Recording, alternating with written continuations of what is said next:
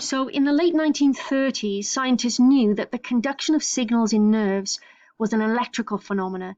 They also appreciated that the nerve actually had bursts of activity, and these bursts of activity are called action potentials.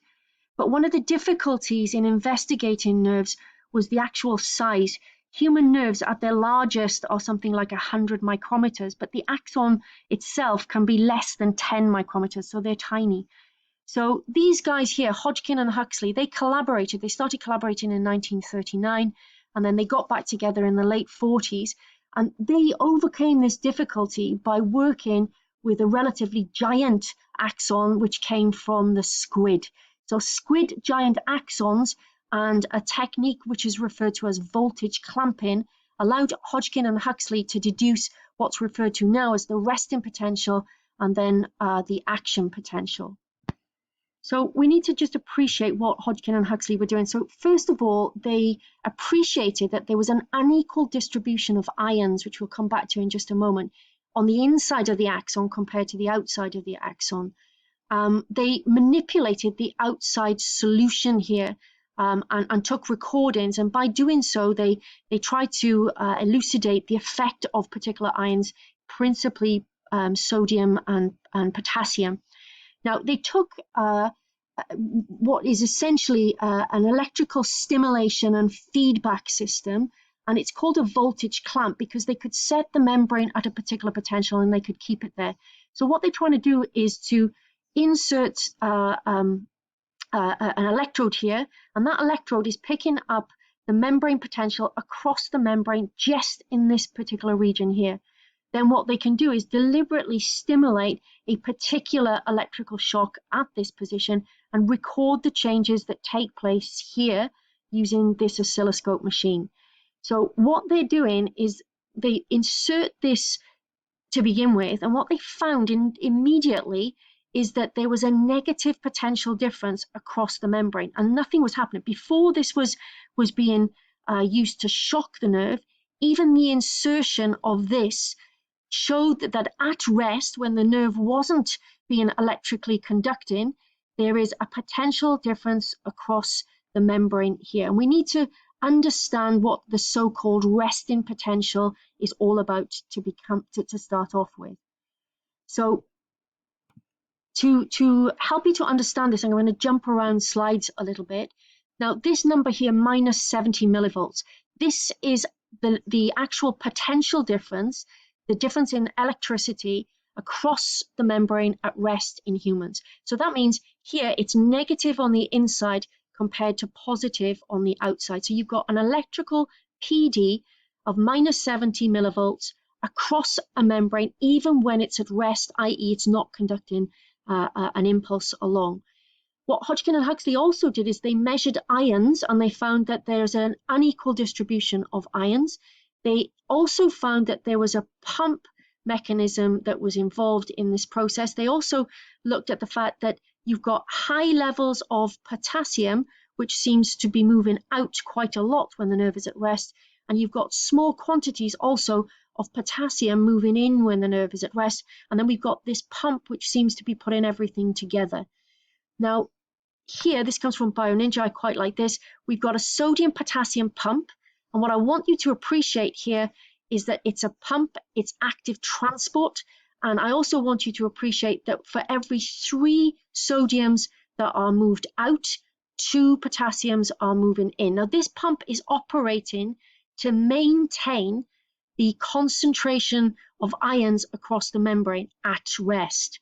And if you look at this here, what we find is that potassium at rest, we got huge quantities of potassium outside of the nerve compared to inside the nerve. So you've got a high concentration of potassium outside, lower concentration inside, and the reverse is true for potassium.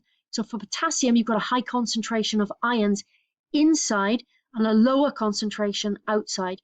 There are other ions which are important, like chloride, but these are the 2 that I want us to focus our thinking about, sodium and potassium. Now, these are ions, which means they're charged, which means they can't pass this membrane by diffusion unless they have some kind of channel which allows them to move. So we've got to distinguish here between the sodium-potassium pump.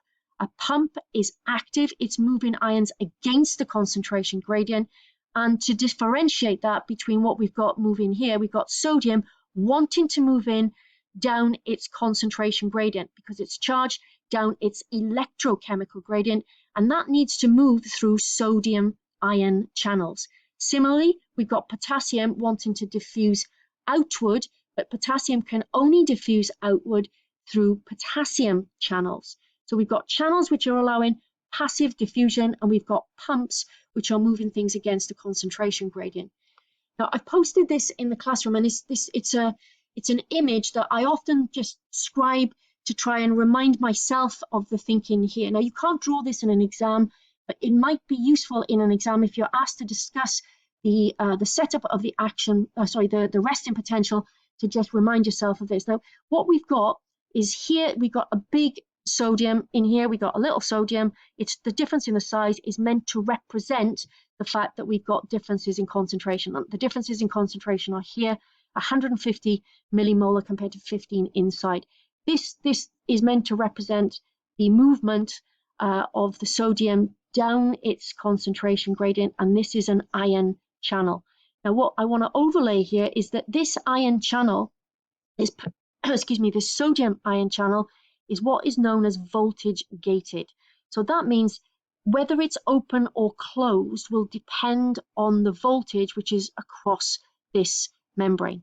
Similarly, we've got potassium here. I've put it in the large size to show that you've got a large concentration of potassium inside compared to outside. So potassium wants to diffuse, and it's going through a potassium channel here, but this is also voltage gated.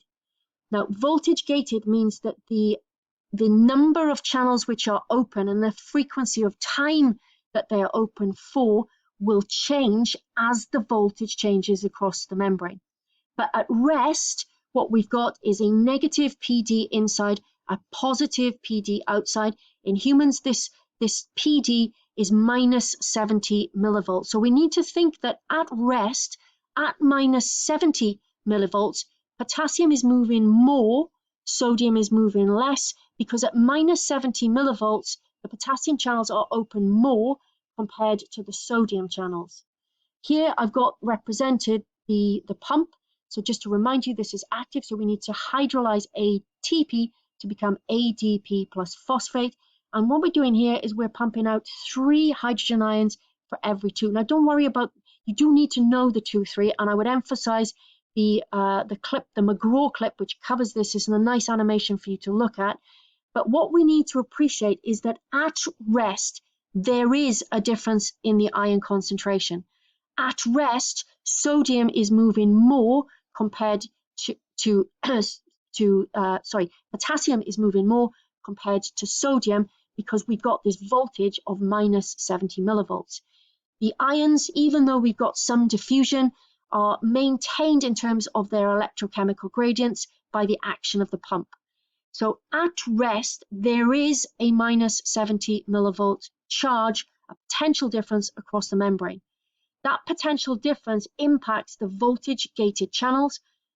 Potassium moves more, and it carries this positive charge out, which is why it's positive here. Sodium is moving less, but the pump is ensuring that we don't upset the concentration gradient or the electrochemical gradient across the cell. So it could be that you need to understand, you need to describe the resting potential. So going back here, when Hodgkin and Huxley stuck this electrode in, they measured using this that there is a minus 70 millivolt change across this nerve, even though they're not causing a stimulation. So nothing is happening, but at rest, we have a resting potential.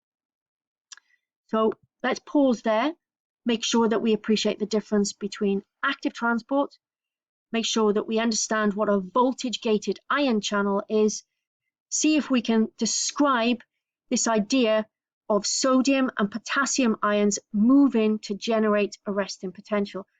I hope this is helpful, okay? And if you're asked to talk about the resting potential, make sure you're talking about this and not the action potential. The action potential is what we're going to talk about next. So at rest, when the nerve is not propagating any signal, at rest, there is a charge of minus 70 millivolts across a membrane. Why? Because potassium is moving more than sodium, moving outwards, creating this positive charge. The actual electrochemical gradients here and here are maintained by the action of a pump. And this pump is moving 3 potassiums out compared to 2 in.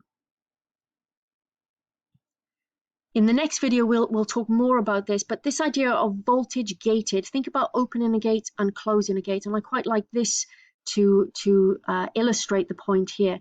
So the voltage will change how often this gate is open, and it's different for potassium channels compared to sodium channels. So if we look at this, first of all, what we're talking about here is the sodium gate. And remember that sodium is high outside, so it wants to move in. If the gate is closed, it can't. If the gate is open, it can move in. Now, at minus 90 millivolts here, okay, which is below the resting potential, that gate is closed. At minus 70 millivolts, it's open, but it doesn't open for long. The frequency is not so good. If sodium can move in, it's going to carry its positive charge with it. And at plus 35 millivolts, these are really open. We've got a lot of sodium moving in. We'll talk more about these voltage-gated channels in context when we look at the action potential. But just an introduction here to just bear in mind that if the voltage changes, the frequency that the gate opens and closes will also change, and it's different from potassium compared to sodium.